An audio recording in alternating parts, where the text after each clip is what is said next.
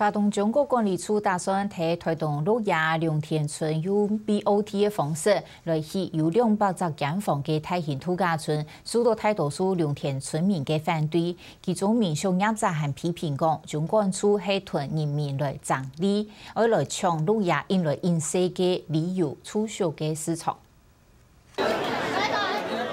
抗议7月后，民众无限的连署呈现数。 等到伊礼拜度，平常大人系无到630人的良田村，只有403人连署，其中还有10个人嘅民俗业者参加。伊就欺负的啊，伊就做了的啊，你良田人都无做生意啊。鹿野当地的民宿还有饭店的房间数差不多是400个，那400个就已经都住不满了，你又要再多1/3以上的房间数，其实就是一定会跟大家 冲突的。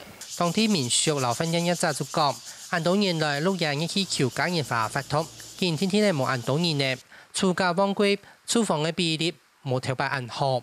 行家唔是講，附近嘅四維溫泉離沙區有3間做嚟提供300人間房嘅大型飯店，在起也係做好。中關處國開發度假村根本就係老民眾爭利。 而且去年跟今年的话，营运的话大概差了1半以上，今年很差。但就是说，这个暑假这个地方没有比去年旺，这大家是有感受得到。反动中国管理处说講，用田必行者主題度假村 BOT 計劃係用民間試題方案，由民間投資者自己評估，係未有拉市場，則留中關處提案。民間團體聲認為，中關處應該先確定係未有正經嘅需求。 唔係凊彩提出計劃，增加民眾嘅關業。民間他也會去衡量評估整個市場的競爭，因為如果沒有民間提，我們也沒有辦法做下去。做了計劃，沒人來標，那就算了。那既然這樣，你幹嘛做這計劃？蔡天立係佢認為，政府作為應該係無利益嘅，民間單單唔肯投資嘅事情。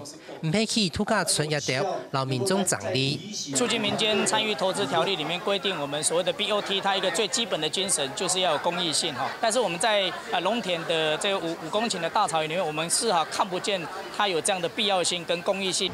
空域飛行真的有它的市場的話，那為什麼不是由業者自己去買土地去做這些事情，而偏偏是由官方去把土地釋出給他們 BOT 的方式？這個可能有一些業者，他是不是有很認真的先看待了這件事情啊？這個我們還不太了解。依據冇乜了解，係未有驗證嘅民間嘅爭議，中關處合盲詳細評估，就提出嘅度假村嘅評判性嘅計劃，一般嘅計劃一提出，就爭議當多。客家新聞陳규斌推動報道。